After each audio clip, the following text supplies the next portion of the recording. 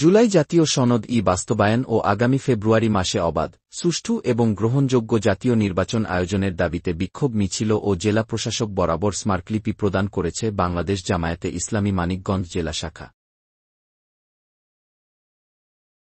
রবিবার ১২ অক্টোবর বিকেলে মানিকগঞ্জ জেলা প্রশাসক ড মানোয়ার হোসেন মোল্লার কাছে স্মারকলিপিটি প্রদান করেন জেলা জামায়াতের নেতৃবৃন্দ। স্মারকলিপি প্রদান অনুষ্ঠানে উপস্থিত ছিলেন জেলা আমির হাফেজ মাওলানা কামরুল ইসলাম, মানিকগঞ্জ ৩ আসনের জামায়াত মনোনীত প্রার্থী অধ্যক্ষ মাওলানা দেলোয়ার হোসাইন, জেলা সেক্রেটারি মাওলানা নুরুল ইসলাম, নায়েবে আমির অ্যাডভোকেট আনোয়ার হোসেন।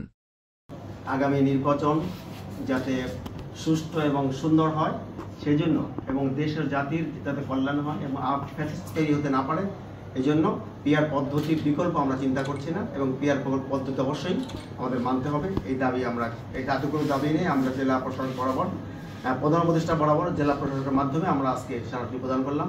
তো জেলা প্রশাসক মহোদয় আমাদেরকে উপস্থিত থেকে স্মারকলিপি গ্রহণ করেছেন। এই জন্য জেলা জামাতের পক্ষ থেকে আমরা শুকরিয়া জানাচ্ছি, ধন্যবাদ জানাচ্ছি এবং জাতির পক্ষ থেকে দেশবাসীর পক্ষ থেকে জেলা প্রশাসককে ধন্যবাদ জানাচ্ছি। আসসালামু আলাইকুম। এর আগে মানিকগঞ্জ শহীদ রফিক চত্বরে এক সংক্ষিপ্ত সমাবেশ অনুষ্ঠিত হয়। সমাবেশ শেষে একটি বিক্ষোভ মিছিল শহরের প্রধান সড়ক প্রদক্ষিণ করে জেলা প্রশাসকের কার্যালয়ে গিয়ে স্মারকলিপি প্রদান করা হয়। স্মারকলিপিতে উল্লেখ করা হয়, দেশের অধিকাংশ রাজনৈতিক দল, বুদ্ধিজীবী, সাংবাদিক, গবেষক ও পেশাজীবীরা পিআর পদ্ধতিতে নির্বাচনের পক্ষে মত দিয়েছেন। অতীতের স্বৈরাচারী ও ফ্যাসিবাদী শাসন ব্যবস্থার কারণে সংবিধান ও গণতান্ত্রিক প্রতিষ্ঠানগুলো ক্ষতিগ্রস্ত হয়েছে। জামায়াত নেতৃবৃন্দ বলেন, দিনের ভোট রাতে নামক প্রহসনের পুনরাবৃত্তি ঠেকাতে অবাধ ও অংশগ্রহণমূলক নির্বাচনের কোনো বিকল্প নেই। স্মারকলিপিতে জামায়াতে ইসলামী যে ৫ দফা দাবি উপস্থাপন করেছে তা হল: আগামী ফেব্রুয়ারির জাতীয় নির্বাচনের পূর্বে জুলাই জাতীয় সনদ বাস্তবায়ন আদেশ জারি ও গণভোটের আয়োজন। ২.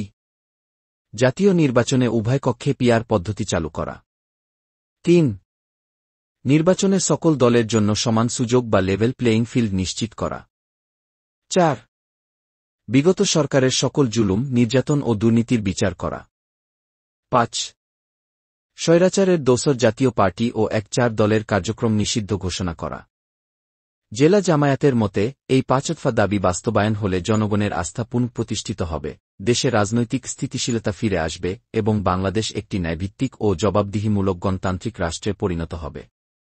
জেলা নেতৃবৃন্দ অবিলম্বে দাবিগুলো বাস্তবায়নের জন্য সরকারের প্রতি জোর দাবি জানান।